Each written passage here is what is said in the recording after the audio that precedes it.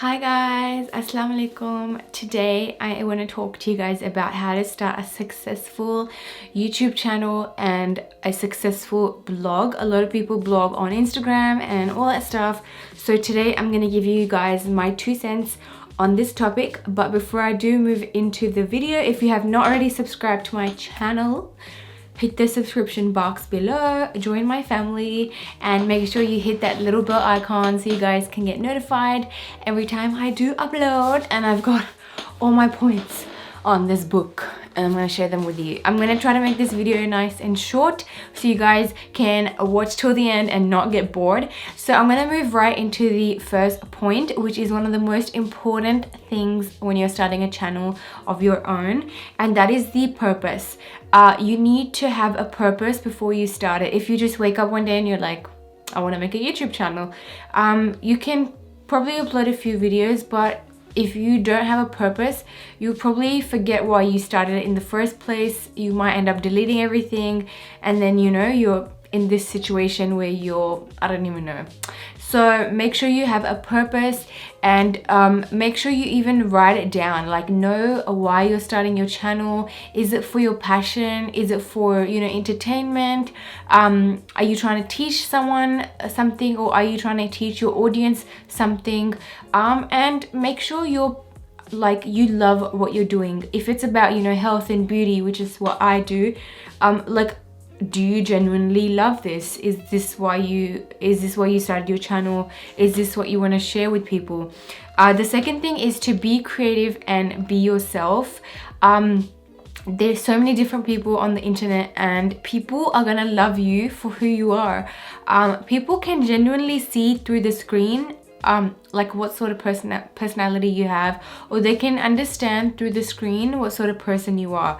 And when I started YouTube like 3 years ago, I used to think no one can tell what sort of person you are, because they just see what you're showing them. But I don't even know how it works, but people can genuinely see what sort of person you are, and the reason they will stick around for a long time is because they love you. And so it's important to be yourself, and obviously I can't stress this enough, have original content. If you start copying other people, it's never going to last. It's only going to be a little spark of views, a little, you might feel like, oh wow, this is great, but it will never last. So it's important, extremely important, to be creative but be yourself, be original. Point number 2 is to build your audience. When you start a YouTube channel, or when you have a blog, whether it be on a website or on Instagram or any other Facebook or whatever, you want to spark engagement and you want to build your audience. I think this is something that most people find the most difficult, including me. I'm not gonna say I have an extremely successful YouTube channel or an extremely successful Instagram page. I work on myself every single day, and I'm still part of the game. I'm still learning and growing with all of you guys. But the point where I am right now, this is what I've learned so far. So number 1 is collaborations. Don't be shy of collaborating with others. The best thing is to collaborate with people that are doing similar things to you. So for example, if you have a beauty channel, it makes sense to collaborate with someone else who has a beauty channel, because when you have their audience and your audience, when their audience sees what you do, it will be like a cross promotion. Their audience will come to your page and your audience will go to their page. With me, I struggle with collaborations because I live in Australia, and I genuinely don't know many people that have a YouTube channel with content like mine. So I do understand that I focus on a niche market over here. But I know a lot of my audience is from Pakistan and India and Bangladesh and USA and stuff.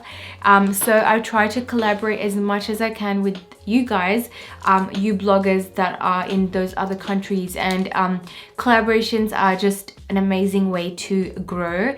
The other thing that helps you grow is engagement. So make sure you're communicating with your audience. one thing that I've found which has helped me a lot is through Instagram. Like, I feel like the more I talk to you guys every day, the more stories I upload, the more I just share like my personal life and my like, you know, personal problems, my insecurities, even my happy moments. I just feel like that engagement helps a person grow, because, you know, other people that are watching you genuinely feel like they're part of your life, and they're your friends, and they're your family. The other thing that I want to talk about is sponsored posts. There is absolutely nothing wrong with sponsorships and sponsored posts, but you need to know the balance. Sometimes when we start YouTube, we might get excited with a lot of sponsored posts, but it's important to have a balance between your own content and sponsored posts.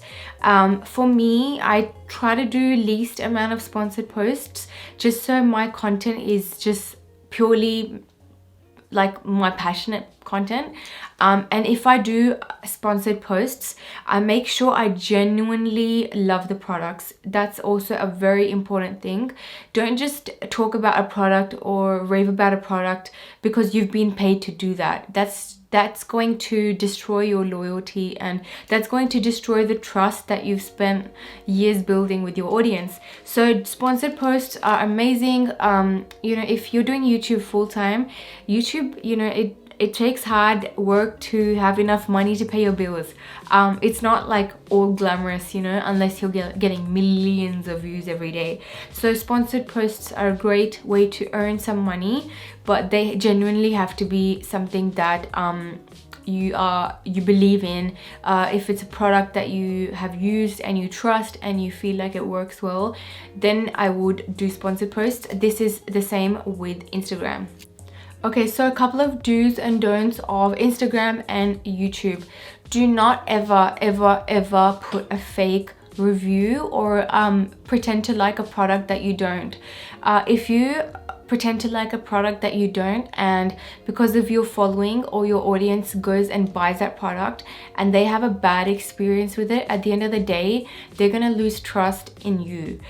So you're actually gonna be ending up losing your followers, and you're gonna betray your followers. So never ever do that, whether it's on Instagram or YouTube. The other thing I really want to emphasize on is working for free. This is something I've struggled with a long time. Like, people and brands especially genuinely think that if you're nice, you know, they can use you, they can like just make you work for free. And for the past few years, this has happened with me all the time, because, you know, people come across my page and they think I'm so nice that I can just do sponsored posts for free, which means, you know, I would put a call to action to their website. They want their website mentioned, they want me to do a review, they want me to promote their product, but they're not even ready to pay me $50 for this review. I mean, like, that's just an example of, you know, payment.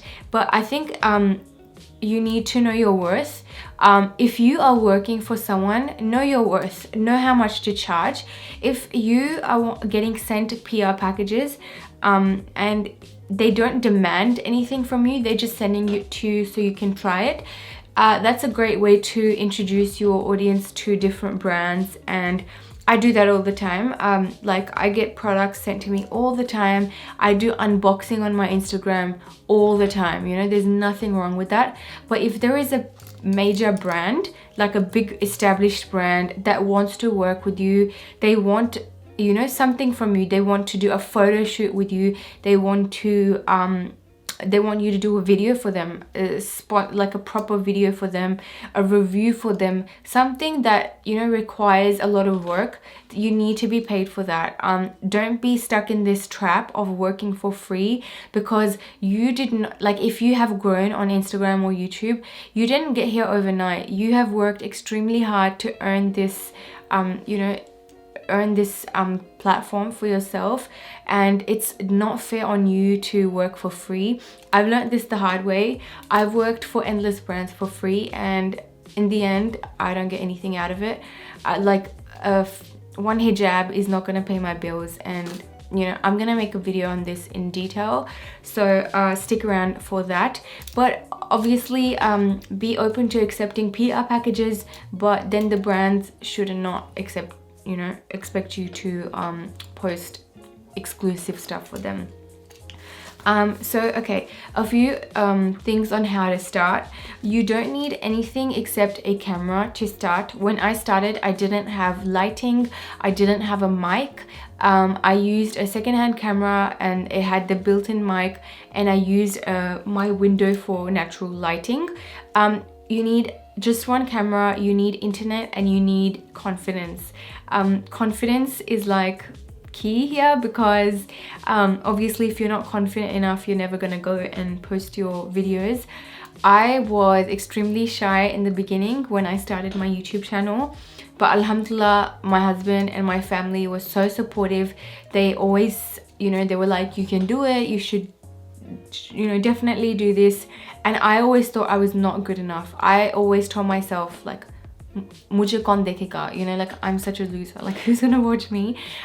But like alhamdulillah, I did just find the confidence, and I posted my first video and I never looked back. So make sure you have confidence.